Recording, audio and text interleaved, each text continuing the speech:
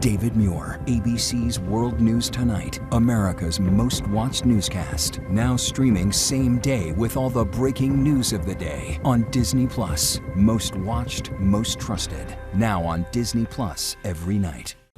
Tonight, late developments in the search for Nancy Guthrie, the mother of Today host Savannah Guthrie. What police are now saying: a dangerous Arctic blast slams the east with some of the coldest temperatures in years.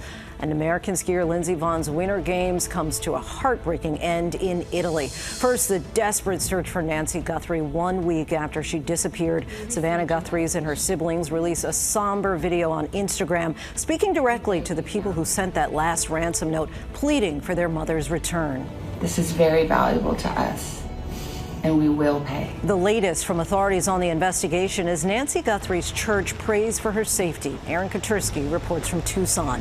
The Northeast and Mid-Atlantic in the grip of potentially deadly temperatures. More than 60 million people on alert. An extreme cold warning in New York City, opening more warming centers. How long will this last? Our weather team is standing by. A star NFL linebacker is arrested on domestic abuse charges. The alleged victim, a WNBA player. The battle over funding for ICE, 5 days to go until it runs out. Democrats are standing firm in their demands to unmask agents and end some controversial practices in the wake of the killings of Renee Good and Alex Preddy, as the fallout over President Trump's racist social media post intensifies, with more Republicans calling on the president to apologize. Selena Wang reports from Washington. Federal authorities charge a man with threatening to kill Vice President Vance when he visited his home state of Ohio last month. The harrowing moment, a firefighter battling a house fire falls from a ladder. The video shared on the Citizen app. Super Bowl showdown. The Seattle Seahawks and New England Patriots are facing off, and music superstar Bad Bunny gets set to make history. What he's saying about the halftime show, you'll hear from him in his own words. And our Whit Johnson reports from the Super Bowl. American heartbreak amid triumph at the Winter Games in Italy. Legendary skier Lindsey Vonn's dreams of the podium and possibly her career end in a terrifying crash. The latest on her condition, while one of her teammates honors her by taking home Team USA's first gold in the same race Vonn won 16 years ago. From ABC News World Headquarters in New York, this is World News Tonight. Good evening, everyone. Thanks so much for joining us on this Sunday. I'm Lindsay Davis. 60 million people in the Northeast are facing a dangerous Arctic blast. But we do begin tonight with the abduction of Savannah Guthrie's 84-year-old mother, which is now entering its second week. With clutched hands and a gut-wrenching plea, Savannah Guthrie appears alongside her sister and brother over the weekend, saying in the social media post, quote, "We will pay." Overnight, officers were seen leaving the home of her sister, Annie Guthrie, in Tucson, Arizona. There are no suspects and no proof that Nancy Guthrie, in frail health, is still alive. The tight-knit community, along with much of the country, sending its support and prayers to the family. ABC's chief investigative correspondent Aaron Katersky leads us off tonight from Tucson. Tonight, 1 week after police say Nancy Guthrie was taken from her home, daughter Savannah told potential captors she and her siblings are willing to pay for their mother's return. We received your message, and we understand. We beg you now to return our mother to us so that we can celebrate with her. This is the only way we will have peace. This is very valuable to us, and we will pay. Law enforcement sources told ABC News she was referring to a message sent Friday to a Tucson television station. The FBI and Pima County Sheriff's Department said they were analyzing the message but have not determined its authenticity. An earlier message from the supposed kidnappers made demands for Bitcoin and established two deadlines, one last week and another on Monday. The FBI has not said whether any of these messages are credible, but they are taking them seriously. Overnight, investigators were spotted at the home of Savannah's sister, Annie, and earlier they examined cameras on the roof of Nancy's house and knocked on the doors of her neighbors. Tonight, the Sheriff's Department says this remains an active and ongoing investigation. Detectives and agents continue to conduct follow-up at multiple locations, but after a full week of searching, they still have not identified any suspects, persons of interest, or vehicles connected to this case. Still, the sheriff told us he believes Nancy Guthrie, who is 84 and in fragile health, will be found. Why would I operate from any other position than my team is operating from the same position? She's out there. We're going to find her. We have to operate from that position. You have to have hope. Absolutely. The country is praying for her. And they should, and I'm so glad. Amen, amen. And this morning, during a service streamed on Facebook, parishioners at Nancy Guthrie's church, who first noticed her absence last Sunday, did pray for her safe return. We pray for Nancy's rescue and her release. Bring her home safely.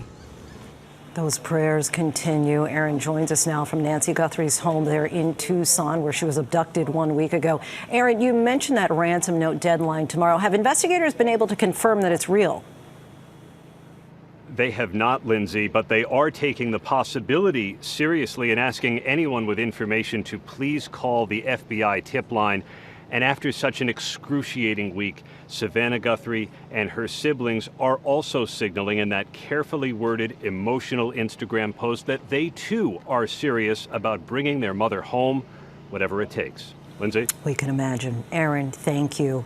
And we turn now to that brutal Arctic blast gripping much of the Northeast. More than 60 million Americans are facing bitter cold and dangerous wind chills. And parts of New England are still digging out from yet another snowstorm. Across the country, this punishing stretch of winter is being blamed for more than 100 deaths. Here's ABC's Faith Abube. Tonight, millions of Americans on alert as a life-threatening Arctic blast tightens its grip on the Northeast. High winds and temperatures nosediving to levels not felt in years. Major cities feeling the deep freeze: New York, D.C., and Boston. In Midtown Manhattan, powerful winds ripping through the streets, people struggling to keep their balance. Temperatures dropping dramatically, some areas feeling like negative 15 degrees Sunday morning. It's currently the coldest winter in New York City in over 2 decades. Officials opening additional warming centers as the bitter cold turns deadly. We are mobilizing every resource at our disposal to ensure that New Yorkers are brought indoors during this potentially lethal weather event. At least 17 people have died during this cold stretch in New York City alone. Relentless, brutal cold and winter storms in recent weeks blamed for at least 100 deaths nationwide. With wind chill factors that are as low as 20 to 25 below, you could get frostbite in as little as 10 minutes. Extreme cold and dangerous wind chills across Massachusetts. Around a foot of snow falling north of Boston. More than 5 inches in Worcester, causing near whiteout conditions. Emergency crews rushing to this scene in West Brookfield, where a vehicle fell into icy waters. They say no one was injured. And the bitter cold will linger here in the Northeast for one more day as millions head back to work and school tomorrow. Here in New York City, the wind chill is expected to hover around 0 degrees during the Monday morning commute. Lindsay. So cold it hurts, Faith. Thank you. Let's get right to meteorologist Danny Beckstrom from our New York station WABC. Good evening to you, Danny. Please tell us, how soon can we expect some relief? Oh, it does hurt, Lindsay, and relief is coming. But we have to get through one more brutal day before that thaw takes us into the second half of the month. Sub-zero wind chills once again Monday morning from Michigan to Maine, with cities like Cleveland and Buffalo seeing and feeling 10 below zero. A cold start, but we do moderate a bit by the afternoon with calmer wind and plenty of sun, taking highs close to 30 degrees in New York City. By Wednesday, we approach 40 degrees, which we haven't seen in New York since January 22nd. Check out Chicago, Kansas City, Nashville. They're really thawing out. 70s will feel great by Tuesday. And finally, looks like this relentless stretch of brutal cold will come to a close for the eastern half of the country. We get a break from the Arctic outbreaks and get back to regularly scheduled winter with a few milder than average days sprinkled in as well. Doesn't that sound nice, Lindsay? I'm looking forward to it. Music to our ears, Danny. Thank you so much. Now to the funding showdown over the Department of Homeland Security after the shooting deaths of 2 Americans by federal agents in Minnesota. Democrats are demanding reforms to immigration enforcement, but another partial government shutdown is looming unless lawmakers can reach a solution. Here's ABC's senior White House correspondent, Selena Wang. Tonight, the clock is ticking just 5 days until funding for the Department of Homeland Security runs out and no deal in sight.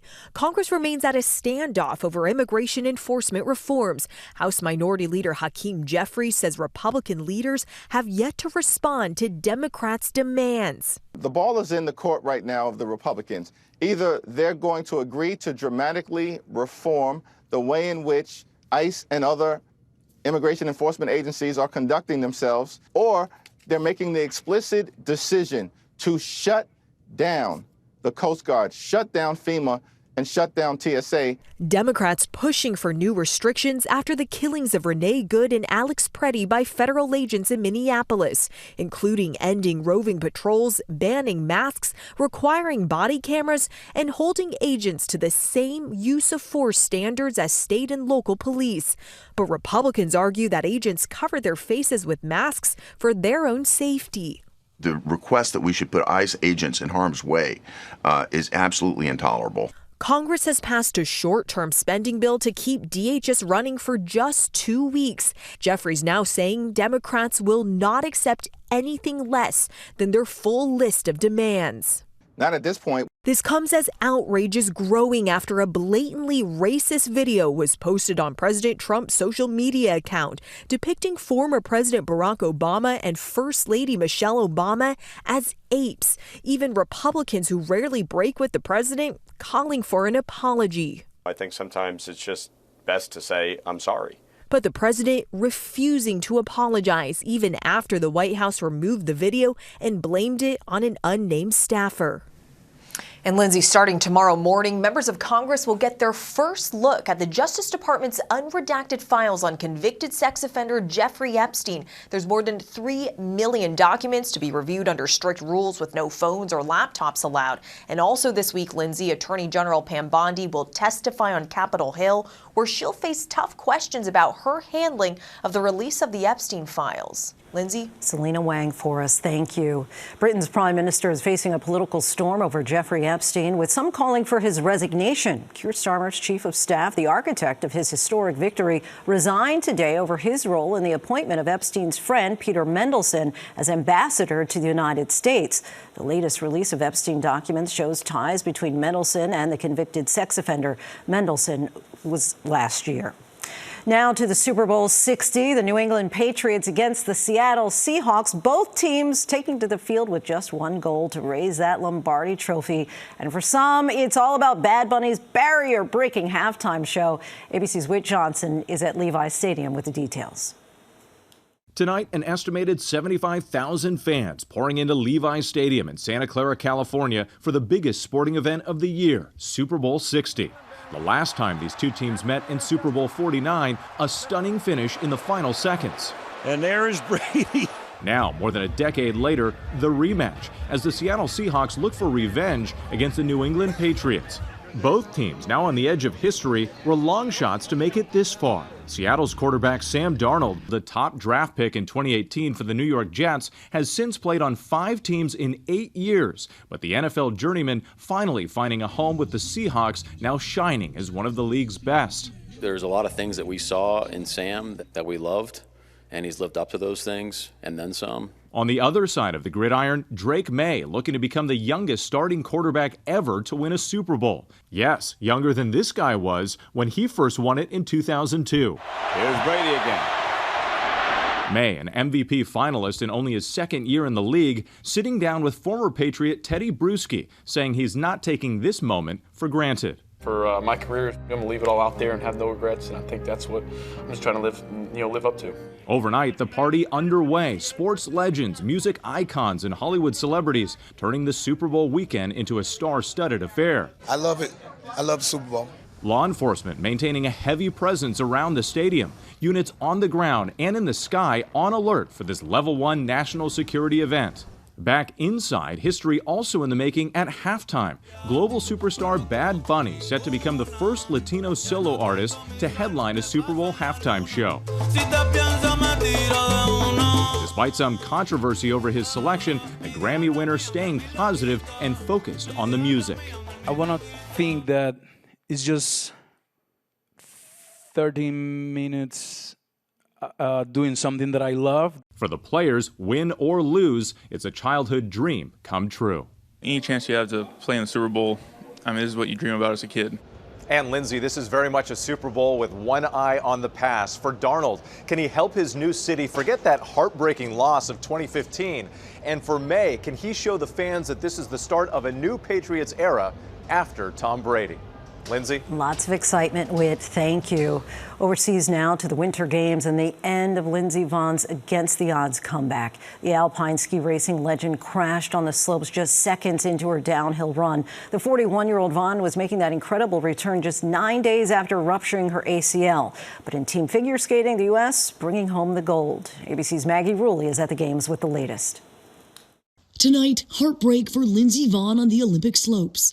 41-year-old Vonn racing in her fourth Olympics, but just a mere 13 seconds into the downhill race, she crashed. You can see here her pole hitting the gate. Vonn, heard screaming in pain, was airlifted off the mountain and later underwent surgery for a fracture in her left leg. This race was set to be her comeback moment, even after tearing her left ACL just last week. We spoke with Vonn's teammate, Sam Morse. He calls downhill one of the last gladiator sports. It looks like Vonn maybe nipped her pole on one of the gates. If you're planted on the ground, that's one thing. You can usually kind of use your core and rotate it, but she's in the air, and it's really hard to correct that. Vonn won gold in this event at age 25 at the 2010 Olympics. And today, 16 years later, her teammate, Breezy Johnson, became the only other American woman to do the same.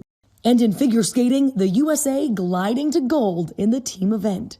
Tied with the Japanese team going into the final skate, it was all up to the U.S.'s superstar, Ilya Malinin, known as the Quad God, and the only skater to have ever landed a quadruple axel in international competition. Malinin landing quadruple jumps tonight. What is it like to be known as the Quad God? Well, it's honestly, I'll say it's an honor. It always gives me that thrill to land it because it's such a unique element.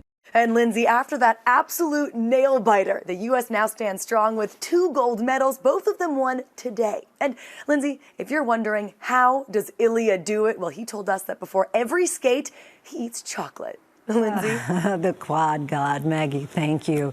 There's still much more ahead on World News Tonight this Sunday. An Atlanta Falcons star linebacker appears in court charged with domestic abuse. The alleged victim, a rising star in the WNBA. And ahead of his historic Super Bowl halftime show, we hear from music sensation Bad Bunny in his own words. Next tonight, Atlanta Falcons star rookie linebacker James Pierce Jr. arrested in Florida following an alleged domestic dispute. Pierce appeared in court via Zoom today. Police say Pierce fled the scene and crashed his car during a chase. They say the alleged victim is Los Angeles Sparks forward Rakia Jackson. An Ohio man is facing up to 5 years in prison if convicted on charges that he threatened to kill Vice President JD Vance when he visited his home state last month. Federal authorities are also charging 33-year-old Shannon Mather with possession of digital files containing child sexual abuse, which carries a potential 20-year sentence. Mather pleading not guilty to all of the charges. When we come back, the terrifying moment is a firefighter falling off of a ladder as first responders race to put out a house fire. To the index now, a terrifying fall for a Los Angeles firefighter responding to a house fire. Video shared on the Citizen app shows the harrowing moments that first responder loses its footing, falling from a ladder Saturday evening. That firefighter suffered only a minor injury and is expected to be okay. A passing to note tonight, former Major League Terrence Gore has died. Gore was known for his speed, and teams including the 2020 World Series champion Dodgers would add him to their rosters in the postseason because of his ability on the bases. Terrence Gore was just 34. When we come back, we hear from the man of the hour, music superstar Bad Bunny, in his own words. Finally, Bad Bunny, a cultural icon, describes tonight's event in his own words. I wasn't looking for the album of the year at the Grammys, also at the Latin Grammys. I wasn't looking for perform at the Super Bowl halftime show. And I just was looking for connect with my roots, connect with my people.